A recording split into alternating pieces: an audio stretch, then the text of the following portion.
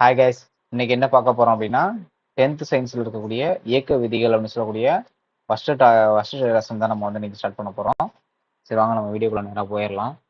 இதுல வந்து exam point of வியூல வந்து நம்ம படிச்சாலே போதும். சரியா போட்டு வளன்னு எல்லாத்தையும் படிக்காம நமக்கு இயக்க விதிகள்ல இருந்து என்ன மாதிரி கொஸ்டின் கேட்பாங்க, அதை எப்படி நம்ம அட்டன் பண்ணலாம் அப்படின்ற டைப்ல மட்டும் நம்ம கிளாஸ் பார்த்தா போதும். சரியா? சரி வாங்க ஸ்டார்ட் பண்ணுவோம். இப்போ ஃபர்ஸ்ட் வந்து பார்த்தோம் அப்படின்னா இந்த லைனை நோட் பண்ணிக்கணும். ஓய்வில் உள்ள ஒரு பொருளை இயக்கத்துக்கு மாற்ற உதவுவது, இயக்கத்தில் உள்ள ஒரு பொருளை ஓய்வு நிலைக்கு வருவதற்கு, இல்லைன்னா இயங்கும் பொருளை வேகமாக இயங்குவதற்கும் வேகத்தை குறைக்கவும் நகரும் பொருளின் திசையினை மாற்ற உதவுவது. இது எல்லாத்துக்குமே ஆன்சர் என்னன்னு பார்த்தீங்கன்னா விசை தான். சரியா? கொடுத்துருப்பாங்க. மேற்கண்ட அனைத்து வினாக்களுக்கும் ஒரே விடை விசை அப்படின்றது தான். பொதுவாக விசைனா என்ன அப்படின்னு பார்த்தீங்கன்னா தள்ளுறது அப்படி இல்லைன்னா அது இழுக்கிறது.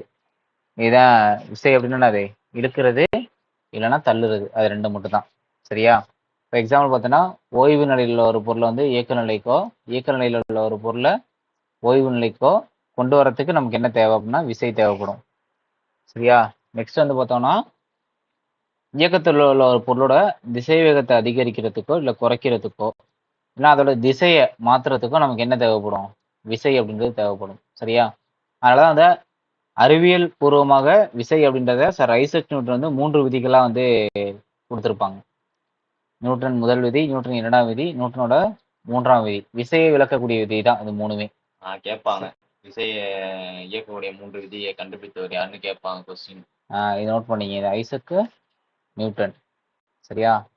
அடுத்து பார்த்தோம் அப்படின்னா இந்த லைன் இம்பார்ட்டன்ட் என்ன அப்படின்னா இயந்திரவியல். சரியா? இங்க கொடுத்துருக்காங்களே இயந்திரவியல்னா என்னன்னு கேட்பாங்க. இப்போ நம்ம பார்த்த விசை, அந்த விசையோட செயல்பாடுனால பொருளின் மீது ஏற்படக்கூடிய விளைவுகளை பத்தி படிக்கக்கூடியது. இந்த இப்ப நம்ம பார்த்த இழுத்தல் தள்ளுதல்ன்றதான் ஒரு ஸ்டூடெண்ட்ஸ் சொன்னாங்க. இந்த விசையோட செயல்பாடுனால ஒரு பொருள் மீது நடக்கக்கூடிய அந்த விளைவுகளை பத்தி படிக்கக்கூடியதான் என்ன சொல்றாங்க அப்படின்னா இயந்திரவியல்னு சொல்றாங்க. இந்த இயந்திரவியல் ரெண்டா பிரிக்கலாம். ஒண்ணு வந்து நிலையியல், இன்னொன்னு வந்து பார்த்தோம்னா இயங்கியல்னு சொல்லுவாங்க. இயந்திரவியல் என்னன்னு கேட்பாங்க. ஏன்னா மீள்பார்வையில் இருக்கு இந்த கொஸ்டின். ஆமா, இது இம்பார்ட்டன்ட். மீன் பார்வையில் உள்ள ஒரு கொஸ்டின் தான் இயந்திரவியல் என்னன்னு கேட்பாங்க. இந்த ரெண்டாவது விஷயம், நிலையியல் ஒண்ணு, இன்னொன்னு வந்து இயங்கியல். சரியா? நிலையியல்னா என்னன்னா அதே கான்செப்ட் தான். விசையோட செயல்பாடுனால இந்த லைன் மட்டும் தான் இம்பார்ட்டன்ட். ஓய்வு நிலையில் உள்ள பொருளின் மீது ஏற்படும் விளைவு. சரியா? இயங்கியல்னா என்ன? அதே தான், ஆனா இயக்க நிலையில் உள்ள பொருளின் மீது ஏற்படும் விளைவு, இதை பத்தி படிக்கிறது. சரியா? இங்க ஓய்வு நிலையில் உள்ள பொருளின் மீது ஏற்படக்கூடிய விளைவுகளை பத்தி படிக்கிறது. இங்க இயக்க நிலையில் உள்ள பொருள் மீது ஏற்படும் விளைவுகளை பத்தி படிக்கக்கூடியது இயங்கியல். இயங்கியல மீன் பார்வையில் நம்ம கொடுத்துருப்பாங்க. ஸோ நமக்கு இதுவும் இம்பார்ட்டன்ட். இந்த ரெண்டு இதுவுமே ரொம்ப ரொம்ப இம்பார்ட்டன்ட். இயந்திரவியலும் பிளஸ் இயங்கியல், இது ரெண்டும். சரியா? இதையும் நோட் பண்ணி இதையும் நோட் பண்ணிங்க, கொஸ்டின் கேட்கலாம். அடுத்து இது ரெண்டா பிரிவா பிரிப்பாங்க. எதை அப்படின்னா இயங்கியலை. சரியா? இயக்கவியல்னு சொல்லுவாங்க, இன்னொன்னு இயக்க விசையியல்னு சொல்லுவாங்க. ஒண்ணு இயக்கவியல், இன்னொன்னு இயக்க விசைவியல். இயக்கவியல்னா என்னன்னு பார்த்தீங்கன்னா இயக்கத்தை பத்தி மட்டும் பேசுறது, இயக்கத்தினை மட்டும் விளக்குவது இயக்கவியல். இயக்க விசைகள்னா விசையையும் சொல்லுவாங்க, அதே சமயம் இயக்கத்தையும் சொல்லுவாங்க. பொருளோட இயக்கத்தையும் பத்தி பேசுவாங்க, அதுக்கு காரணமான விசையையும் பத்தி விளக்குறது இயக்க விசை. அதான் இயக்க விசையியல். இயக்கத்தையும் சொல்லுவாங்க, விசையையும் சொல்லுவாங்க, இயக்க விசையியல். இங்க இயக்கவியல் மட்டும்தான். அப்ப இயக்கத்தை பத்தி மட்டும்தான் பேசுவாங்க. இயக்கவியல் அப்படின்றது இயக்கத்தை ஏற்படுத்தக்கூடிய விசையை கருத்தில் கொள்ளாமல் இயக்கத்தினை மட்டுமே விளக்குவது இயக்கவியல். சரியா? நெக்ஸ்ட் பார்க்கலாம். Next Aristotle. சரியா? அரிஸ்டாட்டில் வந்து ஒரு 3 பாயிண்ட் சிறப்பாக சொல்லியிருப்பாரு. அந்த 3 பாயிண்ட் மட்டும் நம்ம நோட் பண்ணா போதும். ஒண்ணு இயற்கையான இயக்கம். சரியா? அதாவது இயற்கையான இயக்கத்துக்கு இன்னொரு பேரு விசை சார்பற்ற இயக்கம். இயற்கையான இயக்கம்னா என்னன்னு பார்த்தீங்கன்னா இங்க கொடுத்துருப்பாங்க. இயங்குகின்ற பொருட்கள் யாவும் தாமாகவே இயற்கையான தத்தமது ஓய்வு நிலைக்கு வந்து சேரும். அவற்றினை ஓய்வு நிலைக்கு கொண்டு வர புறவிசை ஏதும் தேவையில்லை. தான் இம்பார்ட்டன்ட். இயங்குகின்ற பொருட்கள்லாம் தாமாகவே இயற்கையாகவே தமது ஓய்வு நிலைக்கு வந்து சேரும். அவற்றை ஓய்வு நிலைக்கு கொண்டு வரத்துக்கு புறவிசை எதுவும் தேவையில்லை.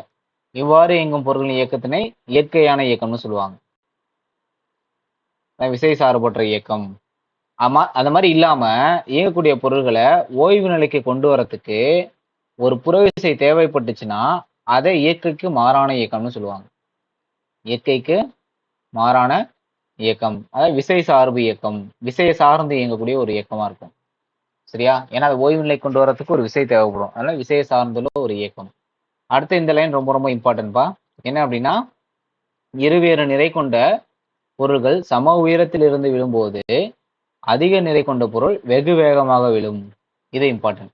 இதே அரிஸ்டாட்டில் சொல்லியிருக்காங்க. சரியா? இருவேறு நிறை கொண்ட பொருளை ஒரு சம உயரத்துல இருந்து போட்டோம்னா எந்த பொருள் நிறை அதிகமா இருக்கோ அந்த பொருள் தான் ஃபர்ஸ்ட் வந்து தரையை வந்து விழுவும் அப்படின்னு யார் சொன்னது? நமக்கு அரிஸ்டாட்டில் சொல்லியிருக்காங்க. சரியா? அடுத்து பார்த்தோம்னா கலீலியோ. கலீலியோ வந்து பார்த்தோம் அப்படின்னா ஒரு 3 விஷயம் சொல்றாரு. ஒன்று வந்து விசையை பத்தி பேசுறாரு, இன்னொன்று நிலைமோனா என்னன்னு சொல்றாங்க, இன்னொன்று இயக்கம்னா என்ன அப்படின்றத சொல்லுவாங்க. ரைட்டா? பாருங்க, இயற்கையில் உள்ள புவிசார் பொருட்கள் தத்தமது இயல்பான ஓய்வு நிலையோ அதாவது பூமியில இருக்கக்கூடிய எல்லா பொருளும் என்னாவது புவி சார்ந்த பொருட்கள்லாம் ஒன்று ஓய்வு நிலையில இருக்கும், இல்லைன்னா இயக்க நிலையில இருக்குன்னு சொல்றாங்க. அது எப்போ இருக்கும்? புறவிசை எதுவும் செயல்படாத வரை தான் இருக்கும். சரியா? முந்தைய நிலையிலேயே தொடர்ந்து இயக்கும் அப்படின்னு சொல்லிட்டாங்க. ரைட்டா? நெக்ஸ்ட் பாத்தீங்கன்னா மேல போயிடலாம்.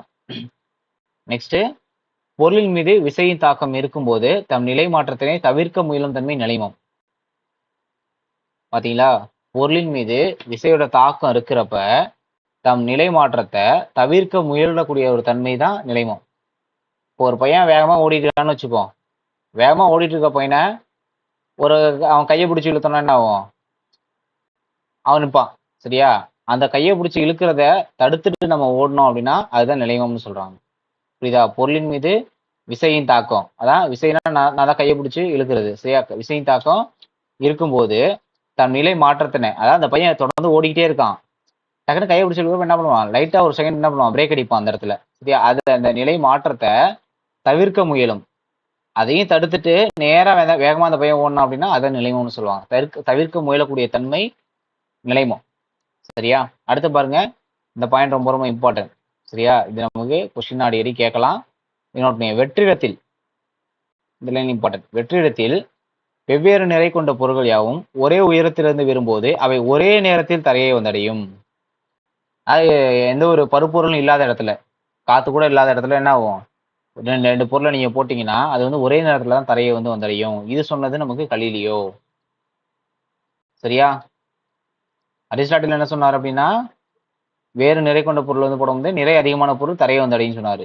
இவர் வெற்றிடத்தை பேஸ் பண்ணி சொல்லியிருப்பார். சரியா? வெற்றிடத்துல 2 பொருளை நீங்க கொண்டு வந்து ஒரே நேரத்துல தான், அது வந்து எவ்வளவு நிறையா இருந்தாலும் பரவாயில்ல, ஒரே நேரத்துல தான் வந்து தரையை வந்து விழும் அப்படின்னு சொல்லியிருப்பாங்க. ரைட்டா?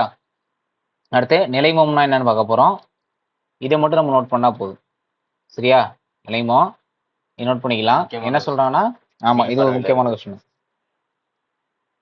ஒவ்வொரு பொருளும் தன் மீது சமன் செய்யப்படாத புறவிசை எதுவும் செயல்படாத வரையில் தன்னோட ஓய்வு நிலையோ இல்லைன்னா இயங்கிக் கொண்டிருக்கக்கூடிய ஒரு நேர்கோட்டு இயக்க நிலையோ மாற்றுறத எதிர்க்கக்கூடிய தன்மை தான் நிலைமம்.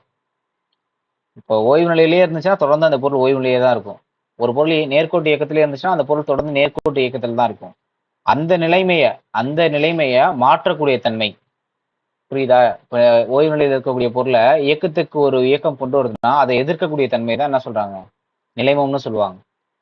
சரியா? ஒரு பொருள் என்ன நிலையில இருக்கோ தொடர்ந்து அதே நிலையில தான் இருந்துட்டு இருக்கும். அதுதான் நிலைமம், ஷார்ட்டா சொல்லணும்னா. இப்ப நிலைமத்துக்கான வகைகள் பார்க்க போறோம். இப்போ வந்து ஓய்வில் நிலைமம். நிலையாக உள்ள ஒவ்வொரு பொருளும் தனது ஓய்வு நிலையை மாற்றத்தை எதிர்க்கும் பண்பு நிலைமம். இப்போ நிலையா ஒரு பொருள் இருக்குன்னு வச்சுக்கோம். சரியா? அந்த ஓய்வு நிலை மாற்றத்தை எதிர்க்கக்கூடிய பண்பு.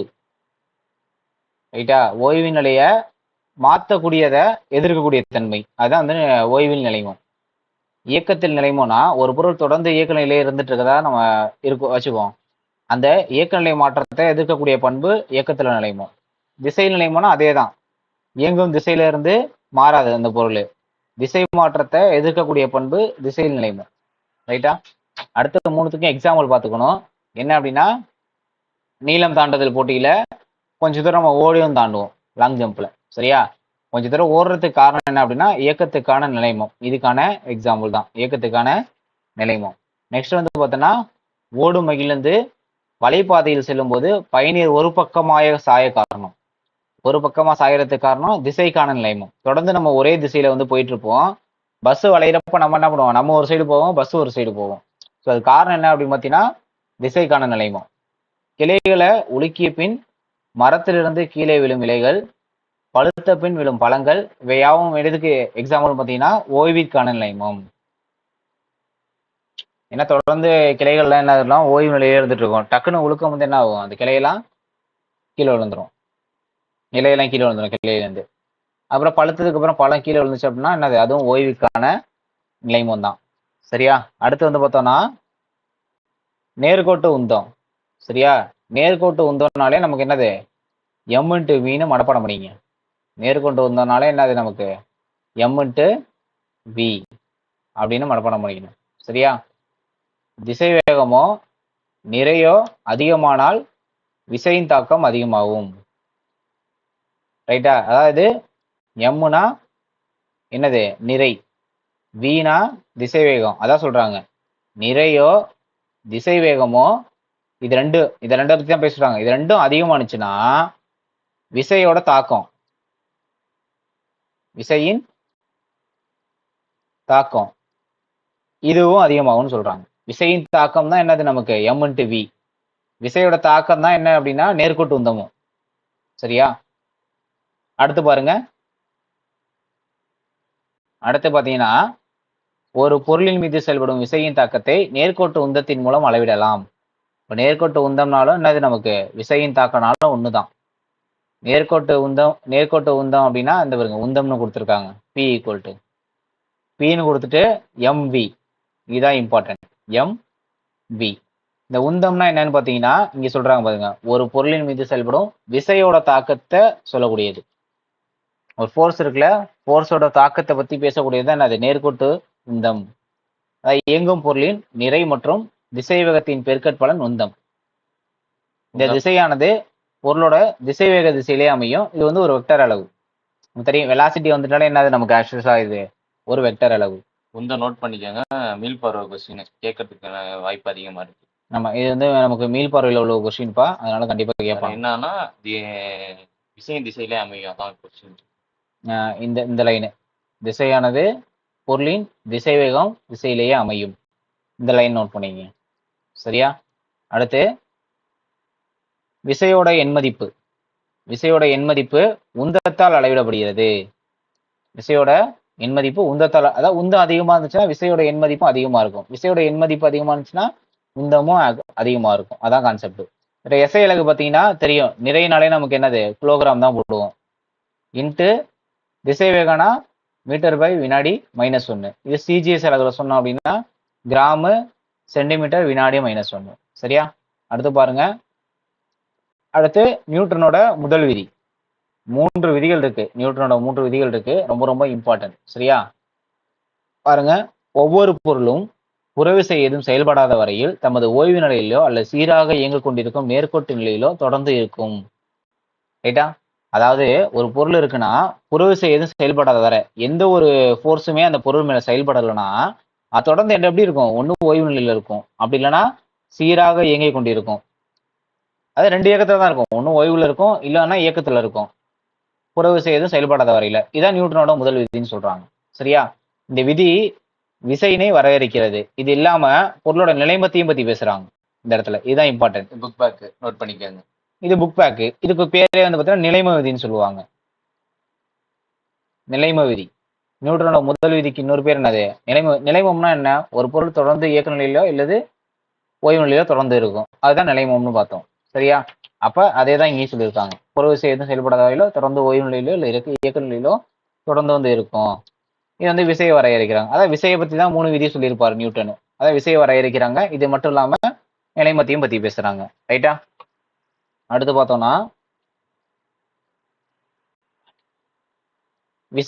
விசைனா நமக்கு தெரியும், இழுத்தல் தள்ளுதல், அதான் தெரியும். இதெல்லாம் நம்ம முதலே பார்த்ததுதான். ஓய்வில் உள்ள ஒரு பொருளை இயங்குவதற்கு, இயக்க முயற்சிப்பதற்கு, இயங்கி கொண்டிருக்கும் பொருளை நிறுத்த முயற்சிக்கிறதுக்கு, இயங்கி கொண்டிருக்கிற பொருளோட திசையை மாத்துறதுக்கு, இல்லைன்னா மாற்ற முயற்சிக்கிறதுக்கு. இதான் விசையோட எண்மதிப்பு திசையும் கொண்ட ஒரு வெக்டர். இது வெக்டர் அளவு தான். ஃபோர்ஸ் அப்படின்னா நமக்கு நியூட்டன் வந்துட்டாலே என்ன, நமக்கு வெக்டர் அளவு தான். அடுத்து விசையோட வகைகள். சரியா?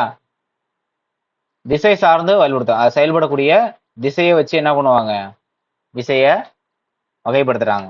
ஒத்த இணை விசை. ஒத்த இணை விசை. இன்னொன்னு மாறுபட்ட இணை விசை. ஒத்த இணை விசைனா 2 அப்படின்னா 2க்கு மேற்பட்ட இல்ல சமமான இல்ல சமமற்ற விசைகள் ஒரே திசையில, இதான் இம்பார்ட்டன்ட், ஒரே திசையில ஒரு பொருள் மீது இணையாக செயல்பட்டுச்சுன்னா அதுதான் அது ஒத்த இணை விசை. ஒரே திசையில செயல்பட்டா ஒத்த இணை விசை, எதிர் திசையில செயல்பட்டா மாறுபட்ட இணை விசை. முடிஞ்சு போச்சு, அவ்வளவுதான். பாருங்க, எதிர் திசையில் ஒரு பொருள் மீது இணையாக செயல்பட்டால் அது மாறுபட்ட இணை விசை. அவ்வளவுதான். அடுத்து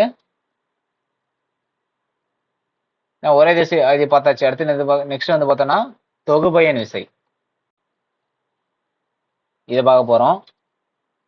ஒரு பொருள் மீது பல்வேறு விசைகள் செயல்படும் போது, இப்போ பார்த்தோம்ல, ஒரு ஃபோர்ஸ் செயல்படலாம், இல்லைன்னா என்ன பண்ணலாம், 2 ஃபோர்ஸ் செயல்படலாம். ஓகேவா? அதான் ஒரு பொருள் மீது பல்வேறு விசைகள் செயல்படும் போது அவற்றோட மொத்த விளைவை ஏற்படுத்தும் ஒரு தனித்த விசை தொகுபயன் விசை. ரைட்டா? ஒரு பையனை நானும் கையை பிடிச்சி இந்த சைடு இழுக்கிறேன், ஒரு பையன் பின்னாடில இருந்து இழுத்தான் அப்படின்னா என்னது, 2 விசை செயல்படுதா? மொத்த விளைவு என்னவோ அதுதான் வந்து தொகுபயன் விசைன்னு சொல்றாங்க. ரைட்டா? இதோட மதிப்பு செயல்படும் அனைத்து விசைகளின் வெக்டர் கூடுதலுக்கு சமமாகும் சொல்றாங்க. நெக்ஸ்ட் வந்து பார்த்தோம் அப்படின்னா தொகுபயன் விசையோட மதிப்பு சுழி அப்படின்னா பொருள் வந்து சமநிலையில் இருக்கும். புரியுதா இல்லையா? தொகுபயன் விசையோட மதிப்பு வந்து சுழியா இருந்துச்சு அப்படின்னா பொருள் சமநிலையில் இருக்கும். விசைகள் சமன் செய்யப்பட்ட விசைகள்னு சொல்லுவாங்க. தொகுபயன் விசையோட மதிப்பு வந்து சுழியா இருந்துச்சுன்னா சமன் செய்யப்பட்ட விசைகள்னு சொல்லுவாங்க. ரைட்டா? தொகுபயன் விசையோட மதிப்பு சுழி இல்லைன்னா அந்த பொருள் வந்து இயக்கத்திற்கு காரணமாக அமைகின்றன. இது சமன் செய்யப்படாத விசைகள்னு சொல்லுவாங்க. இப்போ எக்ஸாம்பிள் வந்து பார்த்தோம் அப்படின்னா தொகுபயன் விசை கிணத்துல இருந்து நீர் இறைக்கிறது, நெம்புகோல் மீது செயல்படக்கூடிய விசை, இதெல்லாம் வந்து பார்த்தோம் அப்படின்னா என்னது, வேற என்ன பார்த்தீங்கன்னா தராசு தட்டுகளில் செயல்படும் விசை. இதெல்லாம் சமன் செய்யப்படாத விசைகள். புரியுதா இல்லையா? சமன் செய்யப்படாத விசைகள். தொகுபயன் விசைக்கு சமமான ஆனால் எதிர் திசையில் செயல்படும் ஒரு விசையானது பொருட்களை சமநிலைக்கு கொண்டு வர உதவுகிறது. இவ்விசையை எதிர் சமனின்னு சொல்லுவாங்க. தொகுபயன் விசைக்கு சமமா ஆனா எதிர் திசையில செயல்படணும். ஆனா எதிர் திசையில செயல்படக்கூடிய ஒரு விசைய பொருட்களை சமநிலைக்கு கொண்டு வர உதவும். இவ்விசையை எதிர் சமனின்னு சொல்லுவாங்க. ரைட்டா? அடுத்து கீழே அந்த பாக்ஸ் முடிச்சுக்குவோம். அதுக்கப்புறம் விசையோட சுழல் விளைவு போயிடலாம். பாருங்க, ஒத்த இணை விசைனா இதுதான், ஒரே திசையிலே செயல்படும். F1 ஒரு திசையில செயல்படுது, F2 ஃபோர்ஸும் ஒரே திசையில செயல்படுது. அப்ப இதோட ஃபோர்ஸ் மொத்தமா தொகுபயன் விசை என்னவா இருக்கும்? F1ஐயும் போட்டுக்கணும் பிளஸ் F2வையும் போட்டுக்கணும். அதான் இங்க போட்டிருக்காங்க. F1 F2 ரெண்டையும் வந்து இவர் ஒரு 30 கிலோமீட்டர் ஸ்பீடு தள்ளுறான்னு வச்சுக்கோங்க, இவர் ஒரு 30 கிலோமீட்டர் ஸ்பீட் தானா மொத்தம் 60 கிலோமீட்டர் ஸ்பீட்ல இது போயிட்டு இருக்கும் வண்டி. புரியுதா? ஸோ அதை தான் சொல்றாங்க. அடுத்து சமமற்ற மதிப்புகள் கொண்ட இணை விசைகள் எதிர் திசையில் செயல்பட்டால், சமமற்ற மதிப்புகள் அது ஒன்றும் பிரச்சனை இல்லை. F1 வந்து ஒரு ஃபோர்ஸ்ல 30 கிலோமீட்டர் ஸ்பீட தள்ளுறாரு, இவர் வந்து பார்த்தோம் அப்படின்னா ஒரு 40 கிலோமீட்டர் ஸ்பீட தள்ளுறாருன்னு வச்சுக்கோம். இந்த மாதிரி தள்ளுறப்ப எதிர் திசையில செயல்பட்டுச்சு அப்படின்னா தொகுபயன் விசை என்னவா இருக்கும்?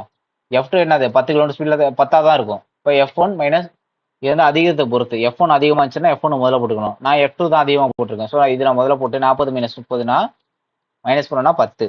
இப்போ தொகுபயன் விசை என்னவா இருக்கும்? 10 தான் இருக்கும். அதான் சொல்றாங்க. அடுத்து சமமான விசைகள்னா இதுவும் 30 இதுவும் 30ன்னு எடுத்துக்குவோம். எதிர் திசையில ஒரே நேரத்துல நேர்கோட்டில் செயல்பட்டால், இதுவும் 30 கிலோமீட்டர் ஸ்பீட்ல இவன் தள்ளுறான், இந்த பையனும் 30 கிலோமீட்டர் ஸ்பீட்ல தள்ளுறான் அப்படின்னா 30 0 ஆயிடும். இப்போ பொருள் என்ன இருக்கும்? சமன் செய்யப்பட்டிருக்கும். இதுதான் சொல்றாங்க. தொகுபயன் விசை சுழி அப்படின்னா பொருள் வந்து சமநிலையில் இருக்கும். அப்ப சமன் செய்யப்பட்ட விசைன்னு சொல்றாங்க. இதை புரியுதா? சரி, ஓகே. இதுதான் எக்ஸாம்பிள். இது இந்த எதிர் திசையில செயல்படக்கூடிய சமமற்ற இணை விசைகள், நெம்புகோல்ல செயல்படக்கூடிய விசை, ஒரே திசையில செயல்படும் ஒத்த இணை விசை, இதெல்லாம் சரியா? ஏன்னா செயல்படக்கூடிய திசையை வச்சுதான் சொல்லுவாங்க. அது விசையின் சுழல் விளைவு. இது இம்பார்ட்டன்ட். சரியா? விசையோட சுழல் விளைவு வந்து பாத்தீங்க அப்படின்னா இதுக்கு வந்து ஒரு ஃபார்முலா ஒன்று சொல்றாங்க. என்ன அப்படின்னா,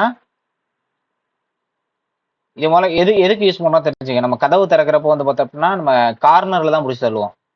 ஸோ அதுதான். ரைட்டா? கதவினை திறக்க மூட விசையினை விளிம்புகளில் செலுத்துவது எளிதானது. இதுதான் இம்பார்ட்டன்ட். கதவு திறக்கிறதுக்கோ இல்ல மூடுறதுக்கோ நம்ம ஃபோர்ஸ் எங்க கொடுக்கணும்? கார்னர்ல, அதாவது விளிம்புகளில் செலுத்துறது எளிதானது. கதவின் இணைப்பு அச்சிலிருந்து விளிமானது தொலைதூரத்தில் உள்ளது. எனவே அங்கு செயல்படும் விசை அதிக சுழல் விளைவினை ஏற்படுத்துகிறது. கதவில் உள்ள நிலையான இணைப்பு சுழல் அச்சு என்னவென்று அழைக்கப்படுகிறது. ஓகேவா?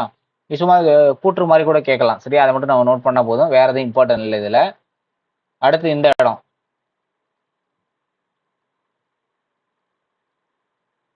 தண்டொன்றின் ஒரு முனையை தரையிலோ இல்லை சுவரிலேயோ நிலையாக பொருத்தி மறுமுனையில் தண்டின் தொடுகோட்டின் வழியே விசையை செயல்படுத்தப்பட்டால் தண்டானது நிலை புள்ளியை மையமாக வைத்து சுழலும். இந்த புள்ளிக்கு வந்து சுழல் புள்ளின்னு சொல்லுவாங்க.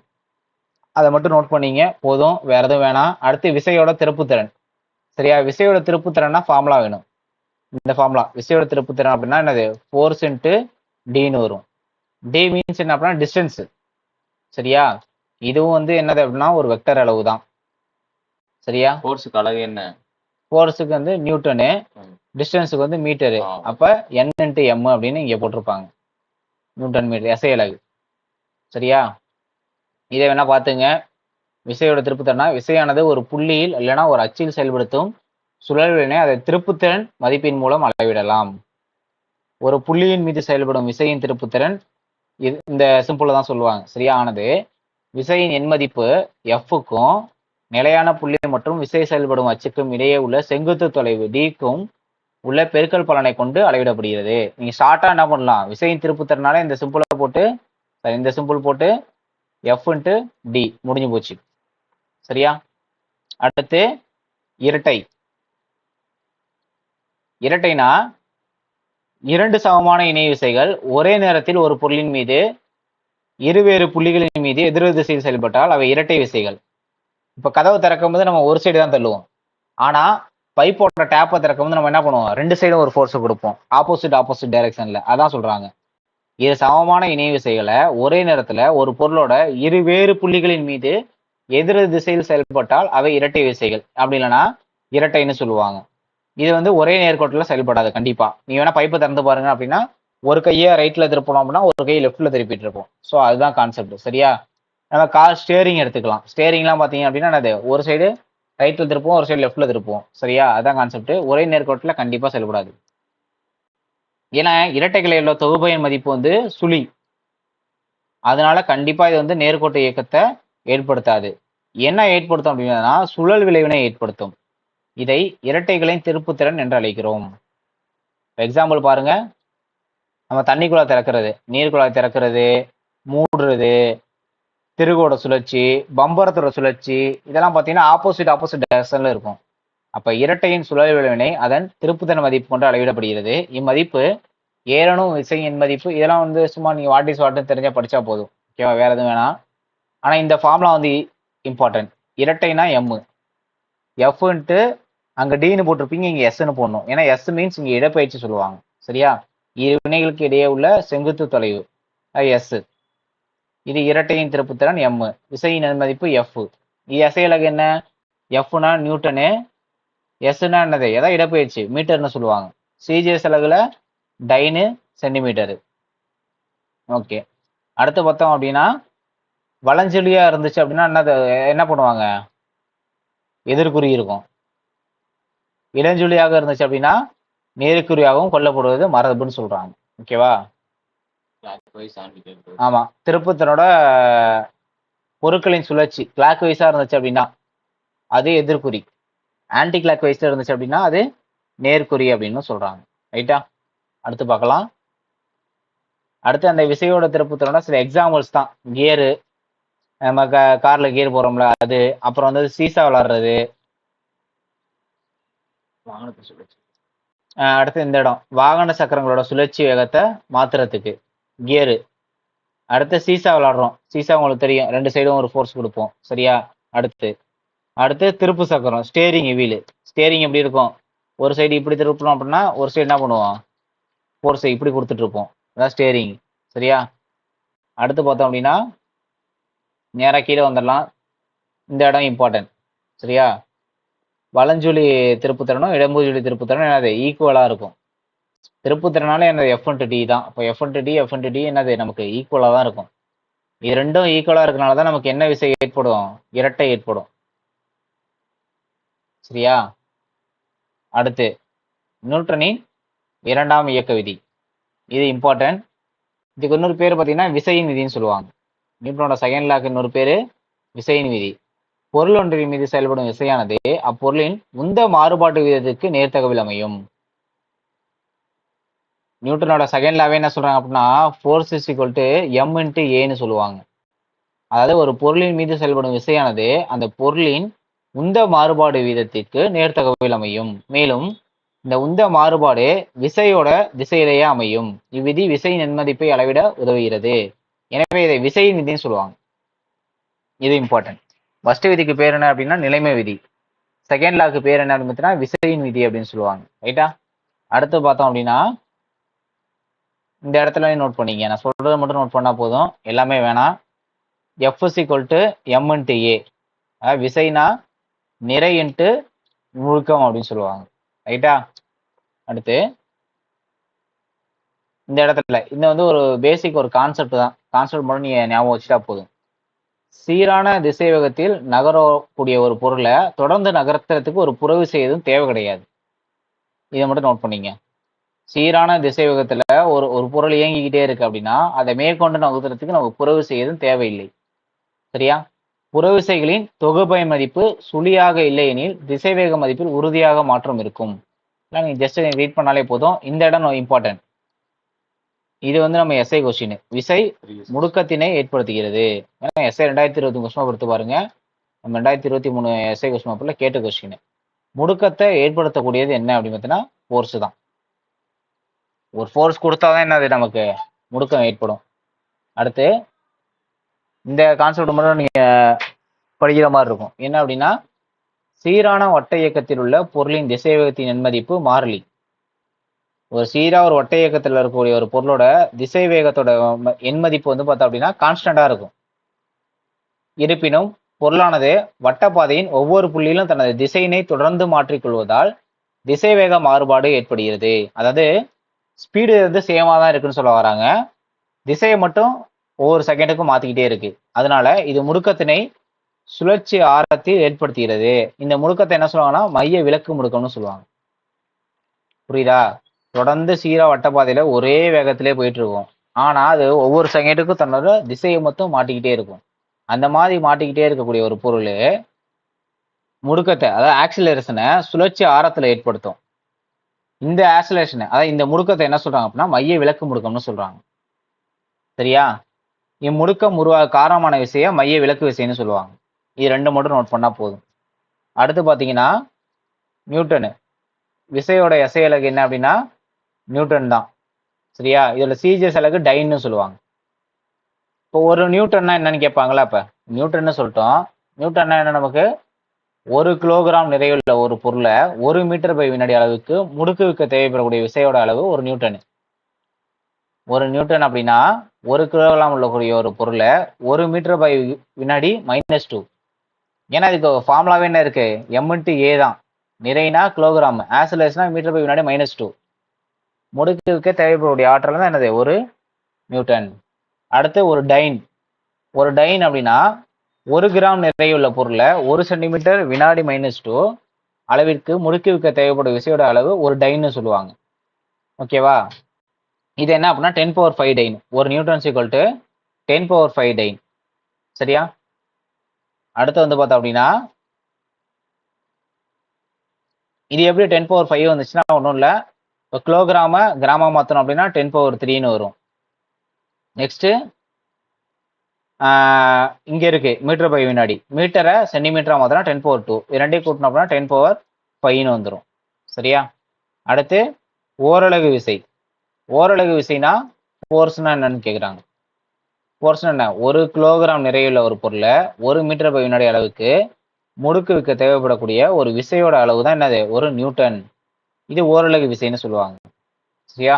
ஃபோர்ஸ்னா. அடுத்து இயற்பியல் அலகு விசை. Gravitational unit of force. இயற்பியல் அலகு விசை அப்படின்னா இதை மட்டும் பார்த்துங்க. இதுவே போதும். இது நமக்கு தெரிஞ்சது தான். வேணாம் ஓரளவு நிறைவுலன்னா 1 கிலோகிராம் நிறைவுள்ள பொருளை புவியீர்ப்பு முடுக்கத்துக்கு அதாவது இயற்பியல் அலகு புவியீர்ப்பு முடுக்கம்னா 9.80 மீட்டர் பை வினாடி -2 இணையாக முடுக்குவிக்க தேவைப்படும் விசையோட அளவு இயற்பியல் அலகுன்னு சொல்லுவாங்க. ஓகேவா? அடுத்து பார்த்தோம் அப்படின்னா இயற்பியல் அலகு விசையோட எஸ்ஐ அலகு வந்து பார்த்தோம்னா கிலோகிராம். Kilogram F. சரியா? இப்போ இது எப்படி கொடுத்துருப்பாங்க அப்படின்னா ஃபோர்ஸ்னா என்ன பார்த்தோம்? எம் இன்ட்டு ஏன்னு கொடுத்துருப்பாங்க. சரியா? எம் அப்படின்னா என்னது? நிறை.